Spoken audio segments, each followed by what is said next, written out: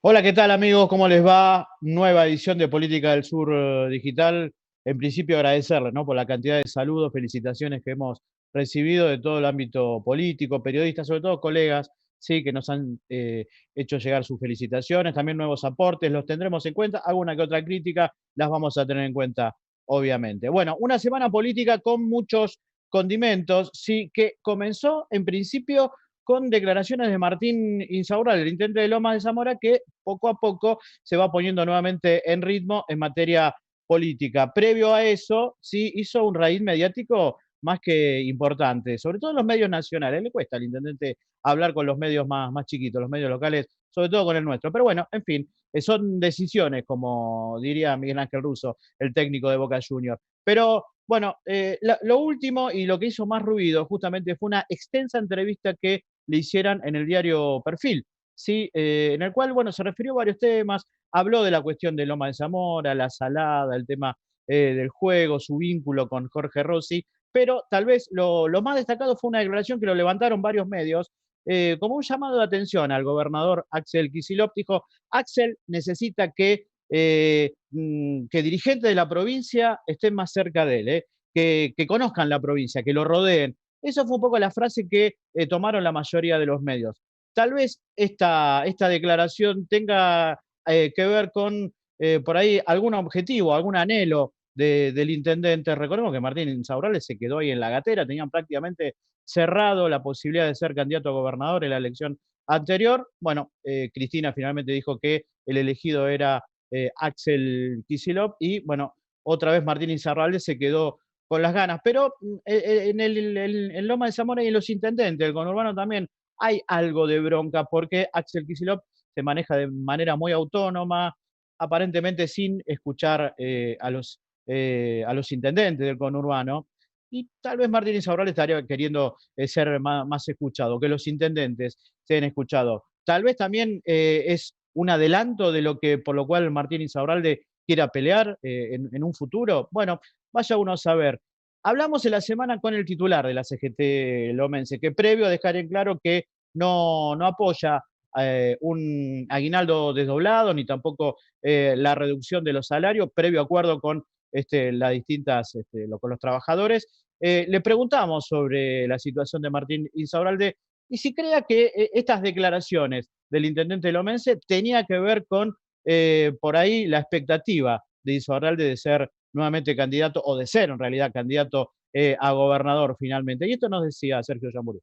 Completamente de acuerdo con Martín, Ajá. pero pero a muerte con Martín, Ajá. dijo una gran verdad, con mucha educación y con un sentido político de la realidad. Algunos dicen, por el raíz mediático que estuvo esta semana, o se preguntaban, dicen, ¿Martín está en campaña otra vez? ¿Quiere ser gobernador? Bueno, no sé. Mirá, el primero el primero que empezó a hablar de eso creo que fui yo hace muchísimos años. Ujú. Es más, hasta mandé a hacer remeras. Entonces, no sé, eso habría que preguntárselo a él, pero Ujú. digo, es una realidad que los que más conocen el territorio acá son los intendentes.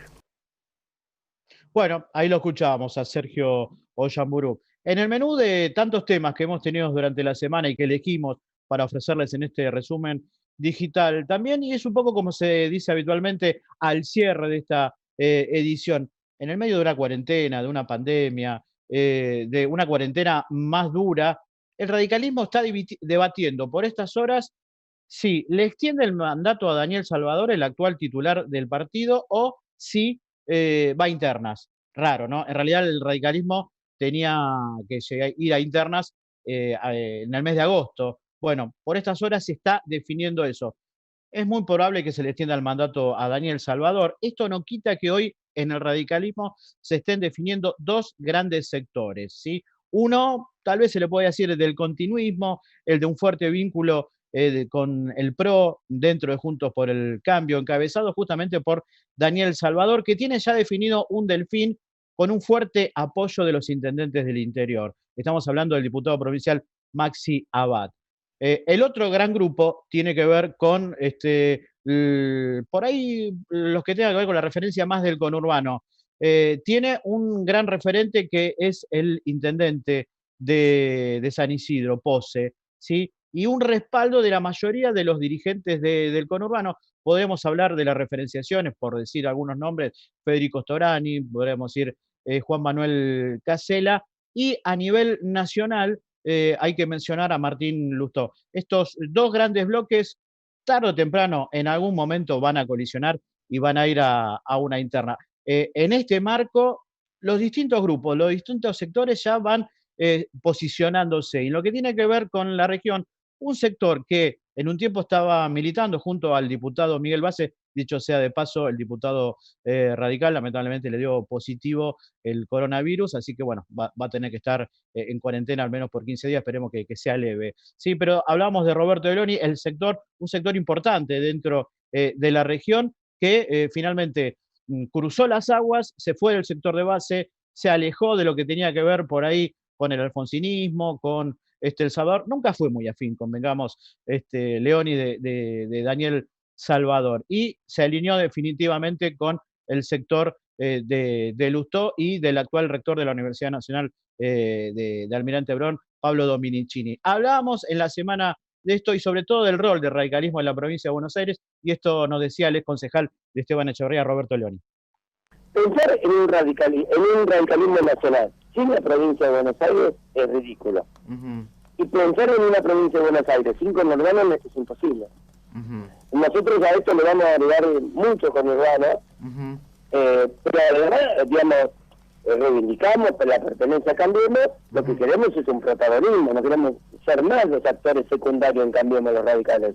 Los radicales queremos ser protagonistas de Cambiemos, queremos estar sentados en la mesa de decisiones y no que nos informen las decisiones que tomaron otros, y en ese contexto es que nos hemos sumado a Evolución para buscar ese radicalismo que nosotros queremos. Bueno, ahí lo escuchamos a Roberto Leoni. El radicalismo va calentando los motores en medio de cuarentena, en medio de la pandemia, ¿sí? A algo que le encanta tanto, ¿no? El mejor juego que ellos juegan, que es la interna.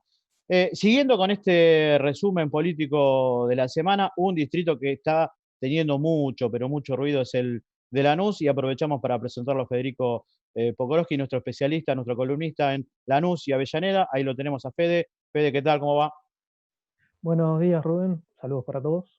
Saludos, viejo. Bueno, contanos un poquito, movidita la semana de Lanús, ¿no? Siguen siendo moviditas las últimas semanas. Continúan siendo moviditas, arranca siempre en el Consejo Deliberante y siempre estalla para otro lado esta cuestión. En principio tenemos que decir que el lunes se realizó la sesión del Consejo Deliberante que no se pudo realizar el viernes pasado por un corte de luz en el recinto, en la zona del recinto. Se aprobó la rendición de cuentas 2019 del intendente Néstor Grindetti. La votación salió 11-11, desempatando con el voto del presidente del Consejo, el doble voto del presidente del Consejo, Marcelo Rivasniera. ¿Qué pasó? Hubo dos ausencias del sector peronista. Por un lado, Héctor Montero, de Concertación Peronista, y por otro lado, Sebastián Beroldo, de Frente Renovador. Al no llamativo, haber ¿no? votos, llamativo, digo, sugestivo, ¿no? Sugestivo, y dio para debate en todo lo que fue la semana. En principio, Montero hizo una locución en la sesión que se realizó de manera virtual en el Zoom, en el cual se manifestó en contra de la rendición de cuentas, de cómo se gastó los fondos del municipio en la gestión del año pasado de Néstor Grindetti, pero en el momento de la votación, él ya se había ido. Así como si, digamos, en una sesión normal el concejal se levanta y se va, en este caso no apareció conectado a la hora de la votación. Se desconectó, digamos. Exactamente. Hablamos con Montero esta semana sobre estas cuestiones y cómo repercutió esto en el PJ de Lanús. Lo escuchamos. Dale. ¿Pero está rota su relación con Darío a partir de esto o no? ¿Con Díaz Pérez? Relajada. Esperemos. Esto es política. Por supuesto, seguimos conversando. En lo personal no tengo problema con nadie, ¿no? Con nadie. Pero sí quiero rescatar y trabajar para hacer un PJ de verdad. Mira, Rubén, al PJ el oficialismo local no lo quiere destruir, lo quiere destruir el kirchnerismo bobo que tenemos adentro. Que te digo más, en el futuro van a ser los primeros que abandonen a Alberto, son los estúpidos imberbes de la plaza. Yo era uno de ellos, ¿no? Te digo, en ese momento, pero bueno, el tiempo te hace tener un poco más de sabiduría, pero son los primeros que van a abandonar a Alberto, que tienen otro proyecto. Yo voy a trabajar para construir un PJ distinto en Lanús, que valga la pena. Bueno, ahí lo escuchamos a Montero. Obviamente tuvo su repercusión en lo que es la interna del PJ, claramente esto, ¿no? La decisión de salir del Zoom. Recapitulemos un poco.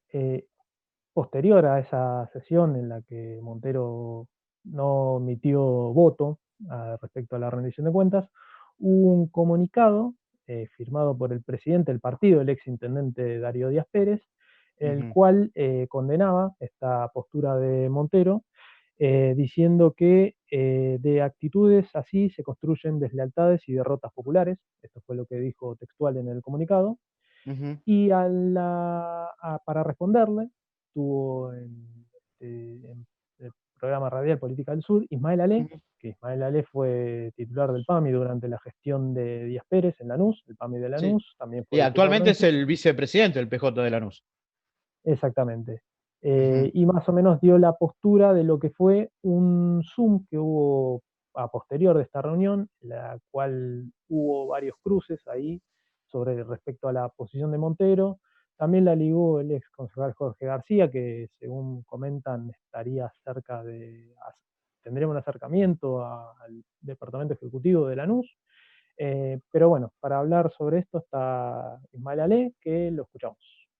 Entonces él personalmente se ve de alguna manera traicionado ante este voto. En el caso del resto del Consejo del Partido, yo no lo tomo a título personal, creo que no comparto la actitud del concejal de no acompañar el voto negativo como las otras dos concejales, aunque hoy cada uno esté en un monobloque, pero no lo tomo a título personal, creo que fue una decisión de él, esta es su decisión, yo no la comparto y lo hago público. Es más, yo creo que hubo algunos comentarios que hizo posterior al Zoom el concejal Montero en otro medio periodístico, donde él habló de un PJ acabado. Totalmente, sí, con nosotros habló, sí. Que iba a ser parte de la interna. Primero, si él cree que el PJ está acabado, debería presentar su renuncia al Consejo de Partido y hacer política por afuera. No hace falta estar dentro del Consejo de Partido para hacer política partidaria. Bueno, picante. Obviamente refiriéndose a Montero, ¿no? Claramente, Ale. Refiriéndose a Montero, por lo que pudimos averiguar recientemente, más o menos reconstruyendo lo que fue ese Zoom, digamos, en época de cuarentena los partidos se reúnen por Zoom en estos momentos. Más que Zoom en Lanús son boom, me parece, ¿no? Porque están terminando todo mal, ¿no? Un boom en un Zoom, una cosa muy extraña. Hubo un fuerte cruce entre Montero y Díaz Pérez, una relación que Montero mismo en estas entrevistas que tuvimos a lo largo de la semana definió como resquebrajada. Recordemos, Montero fue jefe de bloque de Díaz Pérez durante sus 8 años de mandato y mismo Alés medio que se le pasaba factura diciendo que Díaz Pérez siempre pidió que en las listas esté Montero. Sí, es cierto. Y también, si bien no pertenece al PJ, también un poco le pegó a Sebastián Beroldo de Frente Renovador por este voto, omisión de voto. Bueno, repartió para todos lados, Ale. ¿Algo más para agregar, Fede, de la semana en Lanús? Al otro día, como adelantábamos el viernes pasado, una sesión especial pedida por la firma de todos los bloques del peronismo para tratar dos proyectos. Uno, un proyecto de ordenanza en el cual se estableció un registro de las ollas populares que hay en el municipio de Lanús.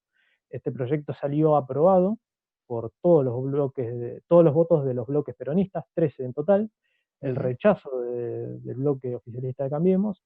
Esta sesión y la aprobación de los dos expedientes requirió dos reuniones de labores parlamentaria y 6 horas de sesión por Zoom. Siguen siendo extensas las sesiones. básicamente lo que decían desde Cambiemos era que las consideraciones que hacía el peronismo para aprobar estos expedientes eran cuestiones meramente políticas, lo dijo Marcelo Villa también en diálogo posterior a la sesión, y también Diego Craves lo dijo esta semana. Por el lado del peronismo, bueno, ellos fueron los que impulsaron este expediente. También otro proyecto del peronismo, en el cual se aprobó una resolución en la cual se estableció la asistencia por parte del municipio a las personas aisladas por casos de coronavirus, que tienen que permanecer aisladas, que el municipio los asista con alimentos. Bueno, perfecto. Fede, muchísimas gracias, viejo. Nos reencontramos la semana que viene, Dios mediante. Dale. Hasta la próxima. Hasta la próxima. Bueno, ahí lo teníamos, Federico Pokorowski, hablándonos de todo lo que tiene que ver con la realidad de Lanús. Y ahora hablamos de policiales y lo tenemos a Luis Jiménez Ojeda. ¿Cómo anda, Luisito? ¿Cómo le va? ¿Qué tal, Rubén? ¿Cómo estás? Muy bien. ¿Usted de qué nos va a hablar esta semana? Bien, todo tranquilo. Bueno. ¿De Esta qué nos va a hablar? semana, bueno, tuvimos varios temas, como es de costumbre, en el ámbito policial. El primero de ellos, creo, uno de los más destacados de las últimas semanas, tiene que ver con una grave denuncia con un presunto caso de mala praxis ocurrido en el Policlínico de Lomas de Zamora. Estoy hablando del fallecimiento de Dayana Barrios, es la policía local de Avellaneda, fallecida el domingo en dicho centro de salud lomense. Bueno, en principio, como ustedes estarán al tanto, circuló la versión incluso en medios nacionales que habría sido víctima de COVID-19, que habría padecido esta enfermedad. Sin embargo, bueno, más tarde se confirmó mediante el resultado del hisopado que se había realizado ella, que no padecía esta enfermedad. A partir de entonces, su familia apuntó directamente a los médicos de ese hospital debido a que las circunstancias en las que falleció Dayana todavía no se pudieron esclarecer, todavía no dieron una explicación fehaciente para dar cuenta de los motivos de la muerte de esta joven de 27 años y madre de dos chicos que quedaron huérfanos de parte de su madre. Y bueno, obviamente tuvimos esta semana, el miércoles, la palabra de Nicolás Salvatierra, el marido que quedó viudo de esta joven, que nos contó al respecto y bueno, apuntó directamente a los médicos desde el hospital, indicando que no quedaron claros los motivos de la muerte. Y bueno, vamos a escuchar ahora su palabra. Dale, escuchamos. Ellos quisieron tapar con esto, porque escuchamos una cosa: ¿cómo van a saber si el resultado no estuvo? El resultado lo recibimos nosotros a la domingo tarde-noche. ¿Y para vos de qué falleció ella? ¿Le dieron No sé, algo la que no verdad, correspondía? algo que no les correspondía, porque después yo he recibido mensajes de una persona que estuvo ahí que dice que la atención es malísima y muchas quejas hay de esta clínica. Bueno, increíble, ¿no? Increíble. Se están repitiendo últimamente este tipo de casos de mala praxis en la región, ¿no, Luis? Sí, así es. De hecho, bueno, ahora vamos a contar. Para cerrar un poco, interviene la justicia, obviamente, en este caso, la UFI número 7 de Lomas de Zamora, que está a cargo de la causa. Todavía no habrían tomado medidas contra los médicos, pero obviamente esperamos tener novedades al respecto. Y como vos bien remarcabas, esta semana tuvimos también otro caso muy importante que tiene que ver con un presunto caso de mala praxis también, en este caso en el Hospital Santa Marina de Montegrande. Estoy hablando del caso de Catriel, este nene de 3 años, fallecido hace un mes prácticamente en dicho centro de salud, también en una situación similar. La familia todavía no sabe realmente qué fue lo que pasó, los motivos de la muerte de este chiquito, y están apuntando también, están acusando de negligencia, de mala praxis a los médicos. Esta semana la madre de Catriel, Belén González, difundió un petitorio, una junta de firmas hacia los vecinos de Esteban Echeverría, para pedir a la municipalidad y especialmente al intendente de Esteban Echeverría, Fernando Grey, que garantice que las pruebas queden a salvo, ¿no? Esto es los documentos y el registro fílmico de que el chico se atendió en ese lugar. Y bueno, esta semana también, el lunes, tuvimos la palabra de Belén González, que nos contó también que una de las consignas de su reclamo es pedir que mejore la atención en el Hospital Santa Marina de Monte Grande. Vamos a escuchar su palabra. Dale, vamos. El pedido de firmas es para que se haga algo con el hospital, porque el hospital está en total abandono y la verdad que no es justo que vos vayas con una urgencia y que te hagan esperar. Es una urgencia, tienen que bajar de donde sea y atenderte, no es sentate y espera. Yo por sentarme y esperar como ellos me dijeron, yo a Catriel ahora no lo tengo. Me parece que esto no tiene que volver a pasar. El viernes que se hizo la marcha, la tercera marcha, hubo otra mamá que también sufrió la pérdida de su bebé, 2 años y 7 meses, y hace 5 años que viene con este tema y tampoco le dan bola. Terrible, terrible, realmente terrible el testimonio. Tremendo. Bueno, el testimonio de Belén, la madre de Catriel, este chiquito de 3 años que falleció en el Hospital Santa Marina, a pesar de que pasaron ya varias semanas, un mes, todavía no conocemos los motivos de la muerte del nene. Terrible. ¿Algo más queda, Luisito, por ahí pendiente? Sí, tenemos un caso más. Bueno, esta semana trascendió un video tremendo de un hecho policial, un hecho de inseguridad que ocurrió. En algunos medios hablaban de Gleu, pero es la localidad de Longchamp, pero corresponde jurisdiccionalmente a la comisaría de Gleu. Estoy hablando de un intento de robo que quedó registrado por las cámaras de seguridad de un kiosco.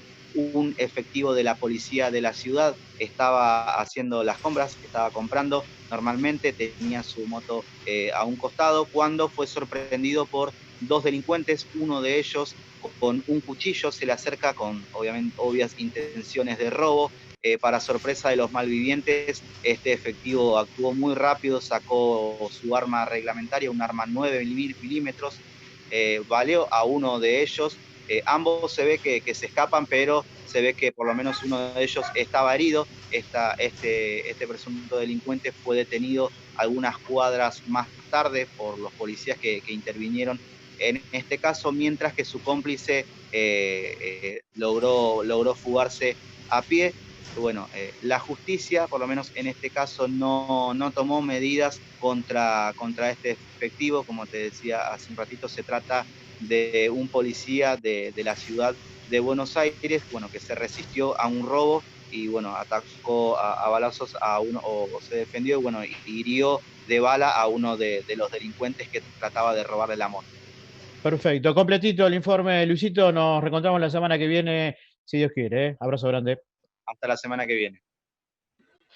Bueno, volvemos a la política y en este caso para ir hasta Esteban Echeverría, charlar algo de Almirante Brown, pero puntualmente en Esteban Echeverría porque creo que hubo sesión de Consejo Deliberante con algún que otro tema polémico. ¿Es así, Marian? ¿Cómo va? ¿Todo bien? Hola, Rubén, ¿cómo están? Bien, sí, así es. Fue bastante polémico. En realidad, primero digo introducir porque fue la primera sesión virtual en el distrito de Esteban Echeverría. Venían realizándose de forma presencial en distintos espacios un poco más amplios, porque bueno, el recinto del Palacio Legislativo de Echeverría es muy chiquitito, tendría que ser como las dimensiones de una habitación. Entonces, bueno, buscaban otros espacios para poder sesionar. En esta oportunidad, lo que hicieron primero fue a la mañana, ayer, ir al recinto todos, el cuerpo en pleno, para poder votar estas sesiones que se van a hacer de forma virtual, porque bueno, tiene que hacerse así, no pueden ir como si nada y por Zoom. Así que bueno, eso lo hicieron a las 10 de la mañana y después a la noche fueron a sus casas, obviamente, y sesionaron por vía Zoom. Uno de los puntos más, si bien hubo otros temas, lo más resonante que generó polémica entre oficialismo y oposición fue un proyecto presentado por el Ejecutivo Municipal que tiene que ver con la prohibición de sacar fotos, tomar imágenes, audios en los centros de salud y también en el cementerio municipal. Es raro eso, ¿no? Esa resolución. Es muy raro, De hecho, bueno, generó polémica. Obviamente, desde el lado del oficialismo, dan su postura a favor por, digamos, un resguardo de la intimidad. Pero Claro. si te parece bien, tenemos un audio y ¿qué te parece si lo escuchamos? Y eso básicamente tiene que ver con el derecho a la confidencialidad, ¿no?, de la información pública en relación a los pacientes afectados por COVID-19 en salvaguardia del derecho a la intimidad. Esto está señalado así en el decreto de necesidad de urgencia 260 del 2020 en su artículo 3. Más allá de eso, también se trata de defender el derecho a la intimidad que tiene toda persona humana, ¿no?, a que sea respetada su vida privada y familiar, el derecho a no ser objeto de injerencias arbitrarias en la zona espiritual íntima y reservada de una persona o de un grupo, especialmente de una familia, que además corresponde tutelar el derecho a la intimidad y garantizar la intangibilidad de la reserva de la vida privada. Bueno, era el concejal Ángel Camilleri, ¿no?, justificando un poco la votación positiva del proyecto, ¿no, Marian? Sí, así es, del Frente de Todos. Y bueno, el contrapunto fue en este caso con el concejal de Cambiemos, de Juntos por el Cambio en Realidad, el jefe de bancada del PRO, Luciano Gómez Alvariño, que bueno, nos decía lo siguiente, que te parece si lo escuchamos. Una cosa absolutamente incomprensible, a mi juicio inconstitucional, que no tiene ningún tipo de justificación. El derecho a la imagen está tutelado ya por el Código Civil, por leyes especiales. Hemos planteado nuestra fuerte objeción y obviamente hemos votado en contra. Sí. Y pido encarecidamente al intendente que si hubo un error en esta presentación y él no está de acuerdo con esto, vete la ordenanza, por más que haya sido presentada por el Ejecutivo. Tiene la oportunidad de vetarla. Categórico, ¿no? Gómez Alvariño. Sí, insistió una y otra vez, obviamente esto es un recorte de lo que él comentó, pero bueno, era muy, muy enfático en la idea de pedirle por favor al intendente que vete esta ordenanza, bueno, amparándose en el Código Civil, el artículo 53 precisamente, así que bueno, esto es lo que, ese contrapunto que hubo. Bueno, sí, me imagino que el tema va a seguir en la semana, la polémica, ¿no?, que no termina acá. Sí, yo creo que sí, lo que pasa es que, bueno, tengamos en cuenta de que ahí en Echeverría es una gran mayoría, por ende van a votar siempre lo que el Ejecutivo presente, eleve. Obvio. Por un lado. Después tenemos de Almirante Brown. A ver. Hubo una intimación de parte del intendente Mariano Cascallares a la empresa Edesur, debido a distintos cortes de luz que se estuvieron registrando en estos días en muchas localidades, en realidad en la mayoría de las localidades del distrito, entre ellas, por ejemplo, Adrogué, José Mármol, Rafael Calzada, Ministro Rivadavia, Cleu, Longchamp. Esas fueron las localidades más afectadas por los cortes, pero también por las bajas de tensión, ¿sí? Bueno, tengamos en cuenta que esto un poco tiene que ver por tanto la llegada del invierno, el encendido de varios aparatos eléctricos y demás, y también otro poco por la falta de inversión de la empresa en relación a los equipos, los cables de baja y media tensión. Eso es lo que tiene que ver. Así que bueno, de parte del intendente Mariano Cascallares hubo una intimación hacia la empresa para que dé explicaciones sobre por qué estos cortes, por qué esta baja tensión, y bueno, que lo resuelva en lo inmediato. Tengo unos teléfonos, nada más, lo último de unos teléfonos para que los vecinos se comuniquen en caso de falta de suministro, que es el 0800-333-3787. Después hay otro teléfono para las personas mayores de 60 años, que es el 0810-222-0200, y también para el ENRE, si es que no hay una pronta solución, que es el 0800-333-3000. Esto para hacer denuncias, ¿no?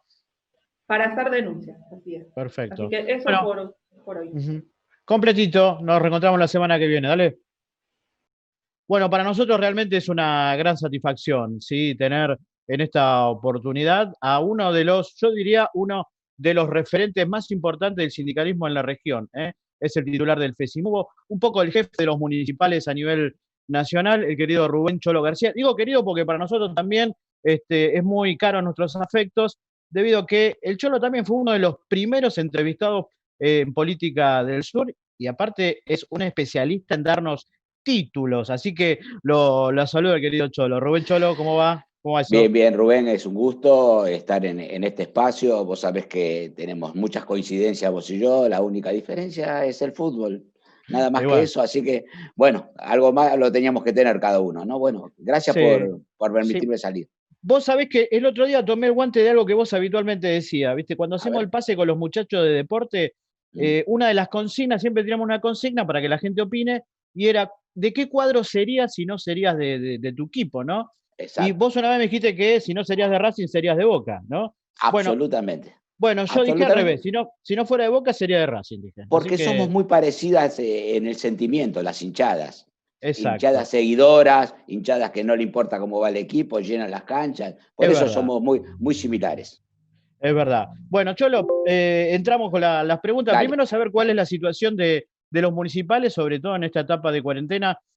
Vos te mostraste muy preocupado. En una oportunidad dijiste, nos están mandando la guerra sin balas, sin armas prácticamente. ¿Seguís sosteniendo eso? Sí, seguimos sosteniendo la situación en lo sanitario de los trabajadores municipales. Deja mucho que desear por parte de los intendentes. Hay mucha necesidad de cubrir esta pandemia con trabajadores municipales. Somos los primeros que estamos en la línea de fuego, y no con las garantías de salud necesarias. Tenemos muchos compañeros municipales que están infectados. Solamente te puedo decir, en Avellaneda tenemos 20 internados, en Avellaneda. Tenemos 2 muertos en San Vicente, 2 compañeros municipales. Hay informes que yo tengo que me han pasado los secretarios generales. Hicimos una teleconferencia la semana pasada hablando de lo sanitario, de la situación económica de los municipios, de los salarios de los trabajadores, y realmente estamos muy preocupados. Esa frase que vos dijiste, creo que la dije en tu programa con vos, dije, esto es una guerra con un enemigo invisible y nos están mandando a los municipales a pelear una guerra sin balas. Y es verdad, por eso ahí están las consecuencias de muchos trabajadores municipales lamentablemente infectados con el coronavirus, y ya tenemos que decir que tenemos 2 muertos en el haber nuestro, ¿no? Y otro tema muy sensible, que nosotros lo vemos habitualmente, lo escuchamos por el reclamo de los municipales, es el tema de los descuentos que están recibiendo en sus saberes. Esa es otra lucha que están teniendo, ¿no? Sí, hay casos paradigmáticos, ¿no? De todos los colores políticos acá. El primero, cuando empezó la cuarentena, ya por el 20 de marzo, a fin de mes de marzo, un intendente del centro de la provincia, más precisamente de Olavarría, sacó un decreto, donde él se permitía bajar los salarios de los trabajadores, echar trabajadores jornalizados, mensualizados, que esa carátula ha desaparecido de la creación de la 14656, y encima personal de planta permanente. Entonces, rápidamente nuestro sindicato nos informó, hicimos la denuncia ante el Ministerio de Trabajo, y rápidamente se solucionó. Tuvo que cambiar el decreto, modificar el decreto, porque los intendentes muchas veces chantajean utilizando a los trabajadores municipales para sacarle plata al gobierno provincial. Otro que nos ha pasado, fíjate, este intendente que te decía era de Cambiemos. Otro fue el intendente de Tigre, que en marzo también sacó una bonificación a los trabajadores municipales, que eran entre 7 y 10 mil pesos. Vos entendés, y lo hemos hablado, que los trabajadores municipales tenemos sueldos que en muchos casos no llegan ni siquiera a la indigencia. A partir de ahí, nosotros movimos en plena pandemia los delegados a la puerta del municipio. No quería que esto se agrave. El intendente convocó una paritaria rápida a la comisión directiva de nuestro sindicato. ¿Qué pasó en eso?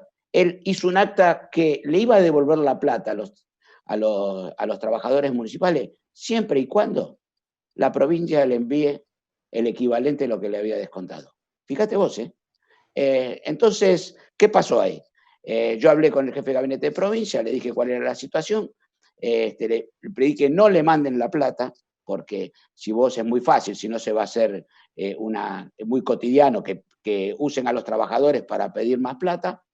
Y le informé al jefe de gabinete que ese municipio tenía 890 millones de pesos en plazo fijo. Entonces, lo primero que hacen, me llama el intendente, después de la primera reunión, me dijo, García, dice, yo hago esto, le bajo los salarios porque no quiero echar trabajadores. Digo, me parece que usted está equivocado, intendente. Hay un decreto del presidente, Alberto Fernández, donde prohíbe echar trabajadores, donde prohíbe bajarle los salarios. Y le puedo asegurar que esto se va a ir agravando. Bueno, se pasó un cuarto intermedio en una semana, a la otra semana, sin que la provincia le haya mandado la plata, le devolvió íntegramente los salarios descontados a los trabajadores municipales, por adicional. Vos fijate entonces que hay una intención de muchos si pasa, intendentes. pasa, ¿no? Si pasa, claro, pasa. Claro, si realmente utilizar a los trabajadores como pretexto para que le manden plata. Claro. Vos sabés que yo no distingo en color político. La pelea de nuestra federación ha sido con todos los colores políticos. Y la situación hoy es, en lo económico, todavía no se ha llamado paritaria. Los intendentes usan la pandemia diciendo que usan todos los recursos para asistir a los hospitales, a las unidades sanitarias. Y en realidad sabemos que la nación manda mucha plata a las provincias, ya te hablo como secretario general a nivel nacional. Las provincias mandan plata a los municipios, pero no les llega a los trabajadores municipales. Por ejemplo, en la provincia de Buenos Aires, la mayoría, salvo excepciones, estamos con los salarios del 2019. Y en muchos casos, salario del 2019 de marzo del 2019. Cholo, digo, en este marco, ¿hablar de paritarias es una locura o es factible? No, al contrario.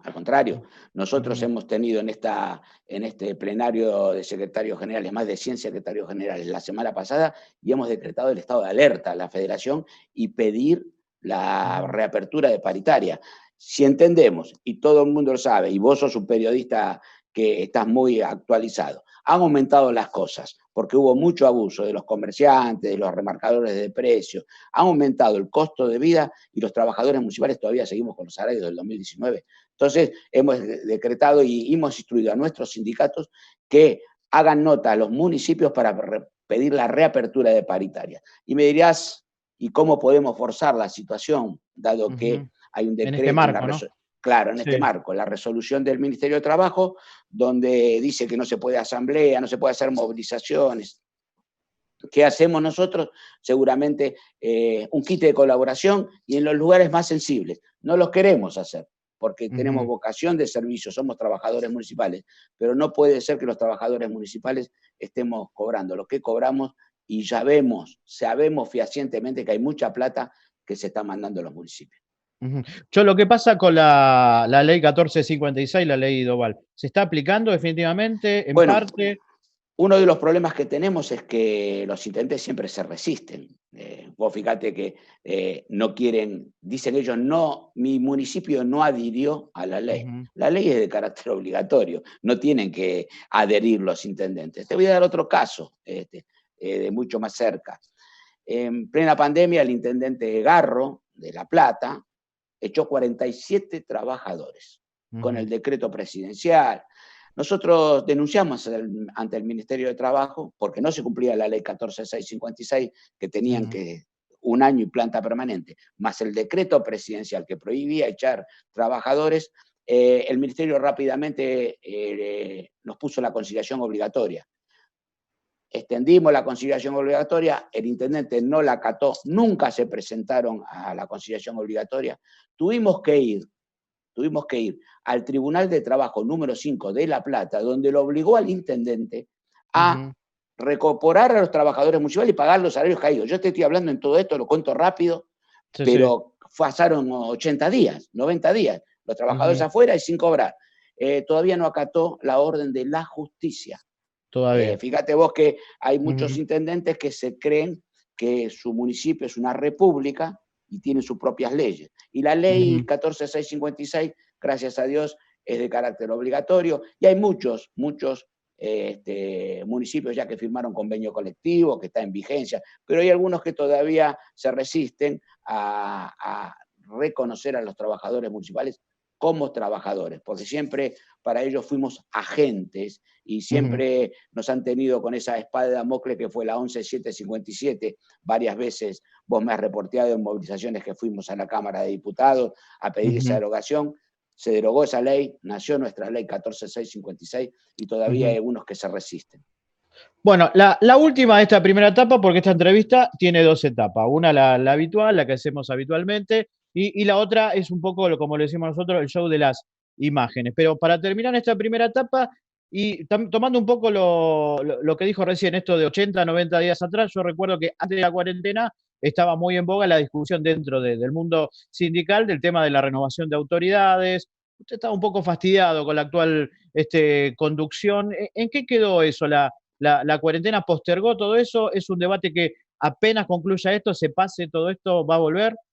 Sí, hay una resolución del Ministerio de Trabajo, justamente, que hasta el 30 de septiembre de este año se prorrogan los mandatos de tanto los sindicatos, federaciones, confederaciones. Y la CGT entra en esa normativa. Y después del 30 de septiembre hay 6 meses más para renovar autoridades. En agosto le vencía el mandato a la actual conducción de la CGT. Vos sabés que fue sido muy crítico de la conducción de la CGT. De hecho, nuestro frente sindical estábamos dentro del consejo directivo de la CGT y fuimos uno de los tantos gremios que se retiró de la conducción y fuimos uno de los tantos gremios que creamos junto con camioneros y otros gremios más, docentes, el Frente Sindical para un Modelo Nacional. Eso hizo la ruptura de ese consejo directivo, eso hizo liberar a los gremios y se sumaron muchos gremios a las movilizaciones que hemos hecho.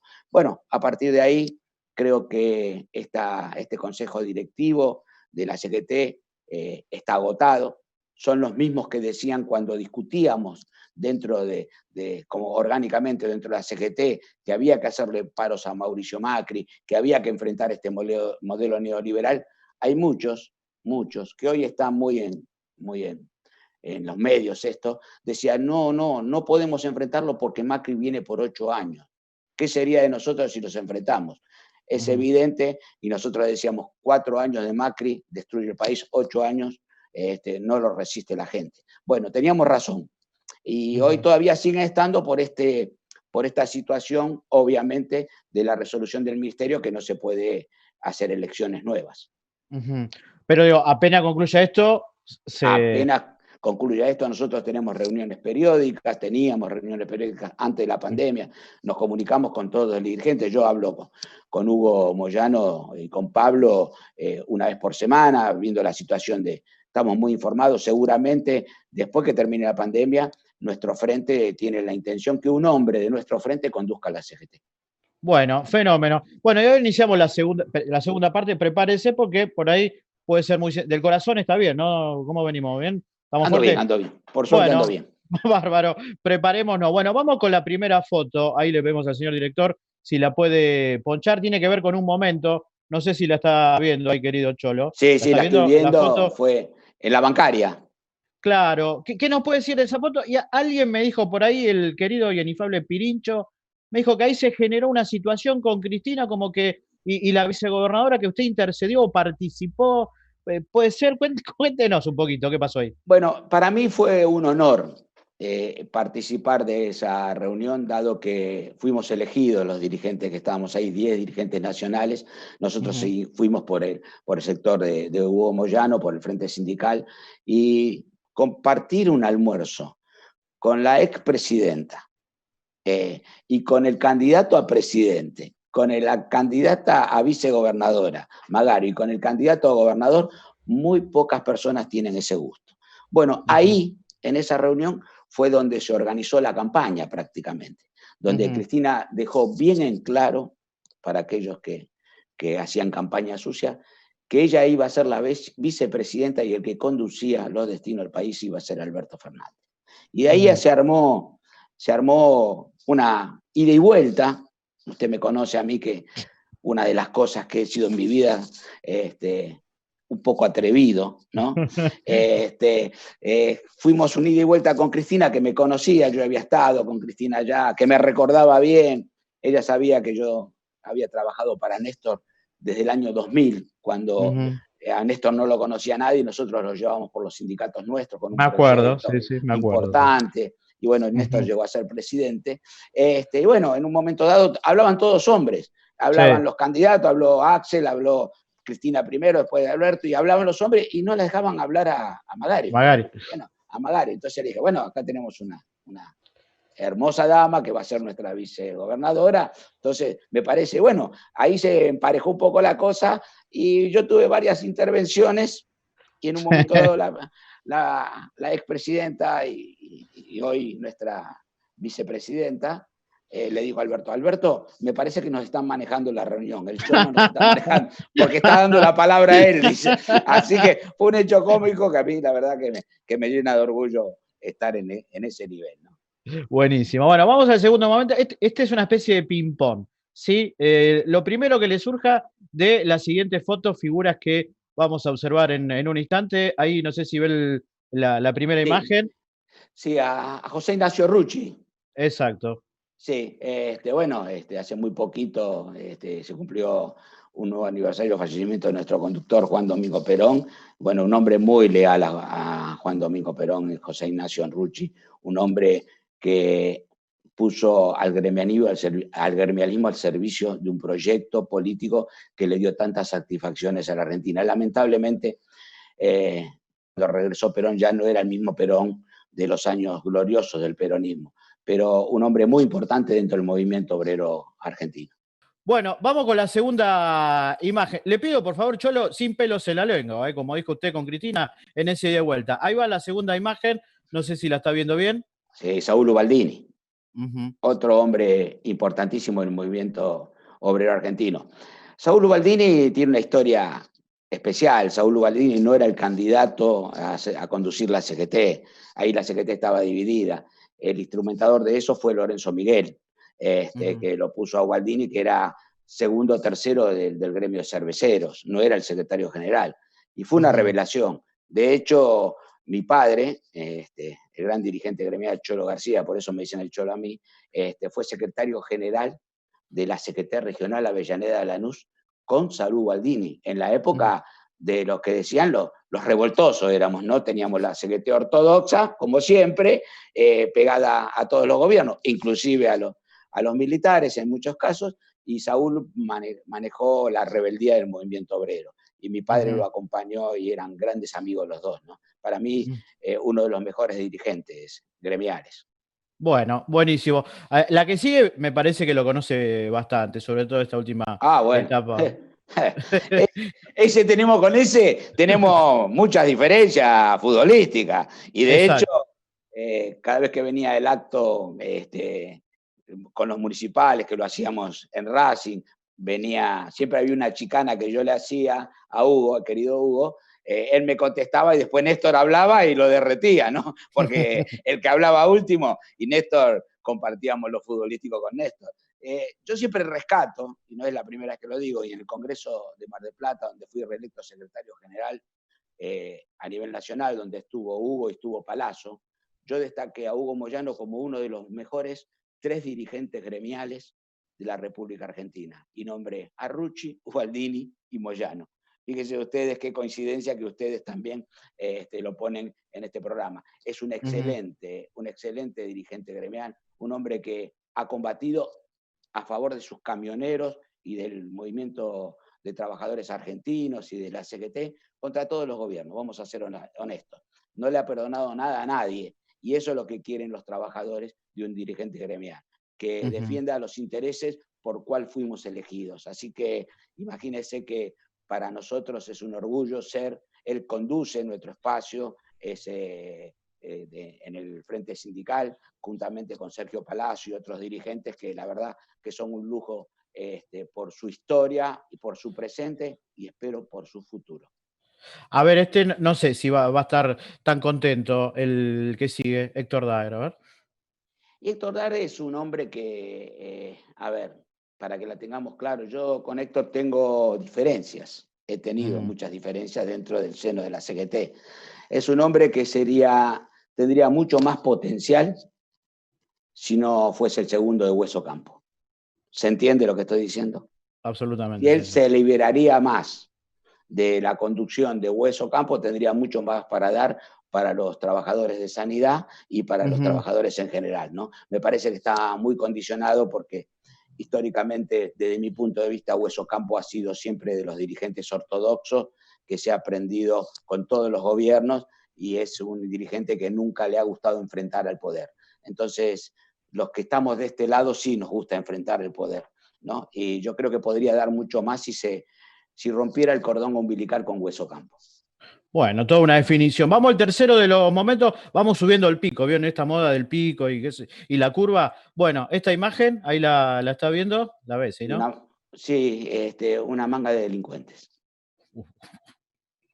Y me hago cargo de lo que digo. Es hasta el día de hoy empezaron a salir las cosas sucias y los negociados de Mauricio Macri.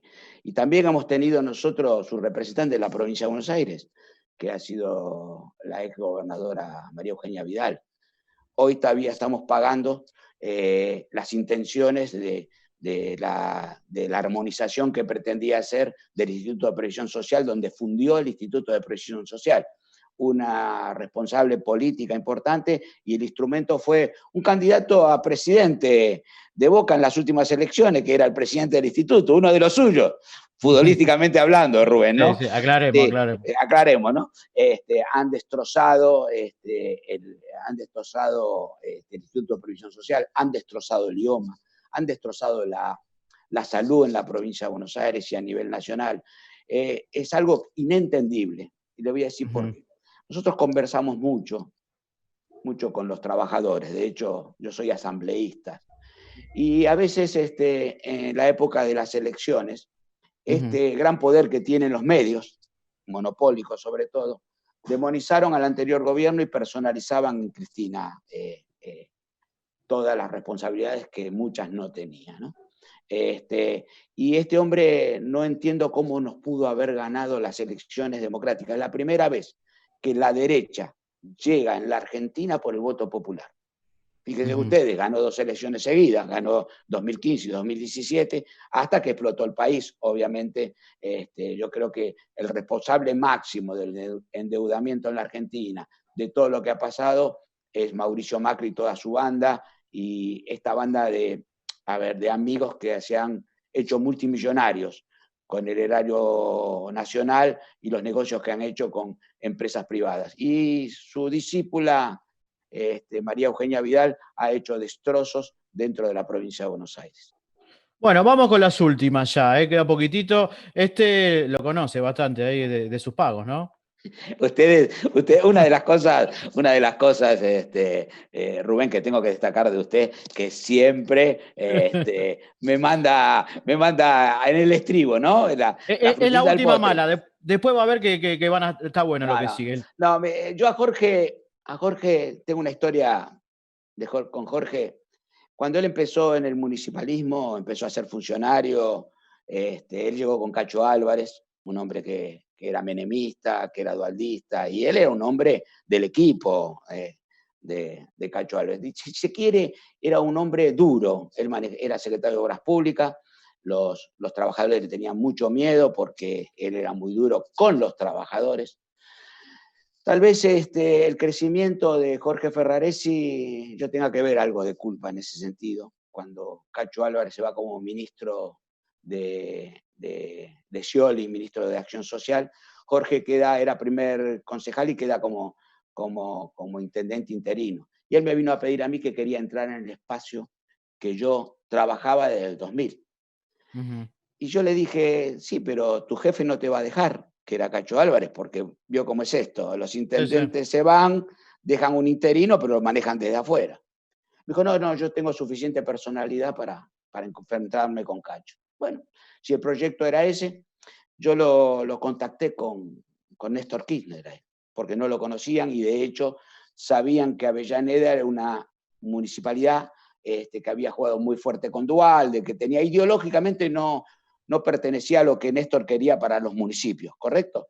Bueno, yo lo contacté con Néstor. Néstor en el 2009 lo convocó a la Quinta de Olivos y ahí hicieron el acuerdo. Bueno, al principio se portó muy bien, la verdad tengo que decirle, nos devolvió el 4% de antigüedad, nos efectivizó gente, pero me parece que después de que en la elección del 2007 él sacó 2 puntos más que Cristina en Avellaneda, es un muy buen administrador en este caso, un hombre que ha hecho muchos cambios en Avellaneda, pero con referencia a los trabajadores municipales ha sido un verdugo. Siempre ha categórico. Categórico, sí, la palabra verdugo le queda justo. Está bien, está bien. Bueno, acá viene acá viene el mimo, ¿sí? A ver. Creo que no habrá estado en la cancha, pero me imagino... Abierto Maggio a la izquierda. ¿Qué quiere que le diga? Yo tengo miedo que esa pelota alguna vez salga, pegue en el palo o pase algo. Yo le voy a explicar algo. Eso que me está diciendo usted, porque debe conocer la anécdota. Yo no me dejaron ir. Mi papá, yo tenía 13 años, no me dejó viajar porque era muy chico. Yo seguía a Racing siempre, iba con la hinchada de Racing, por eso lo mamé de Racing desde muy chico, ¿no? Pero no me dejó viajar, con gente grande y todo, pero no me dejó viajar a ese partido.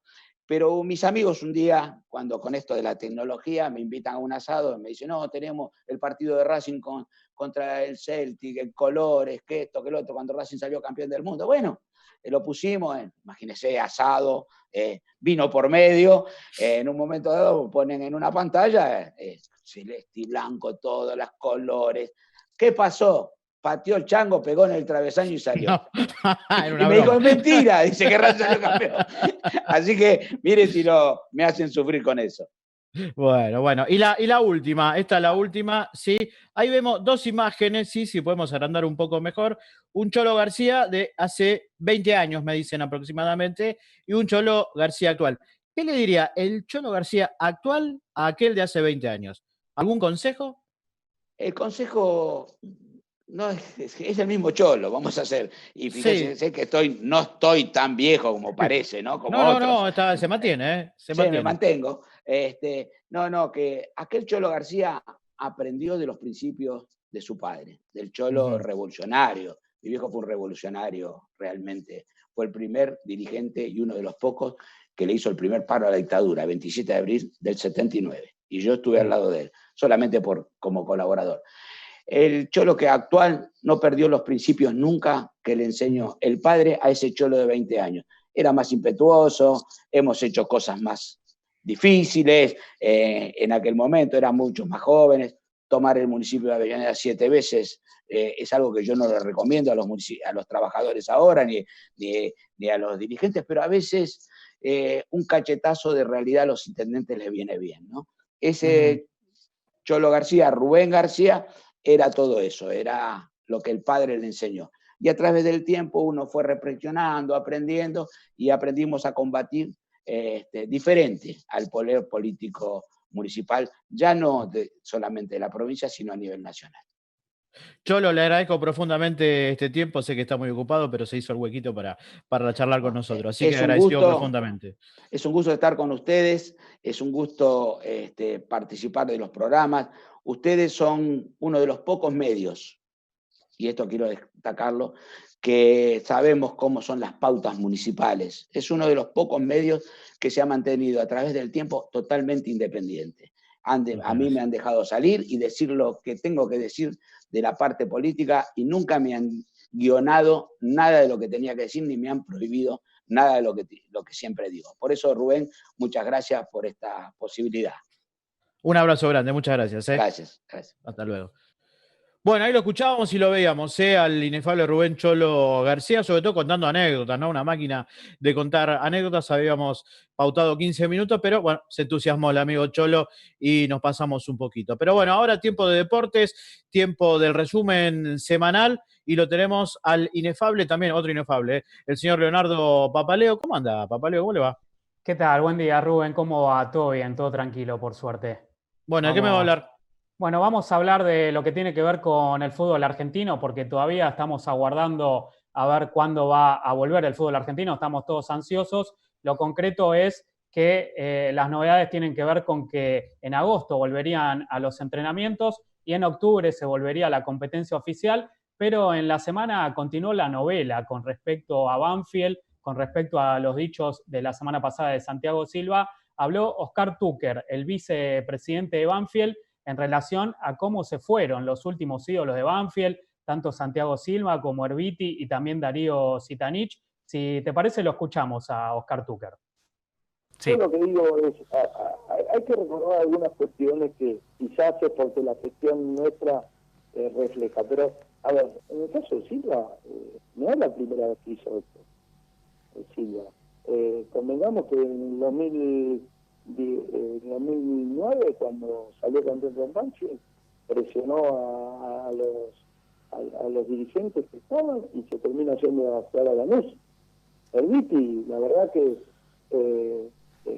por el tema del Viti pasó otra situación, que uno se le reserva porque sigue teniendo código, donde hubo un deseo del jugador también de Villa. Sí. Obviamente fueron contextos que no fueron que afectaron a Banfield.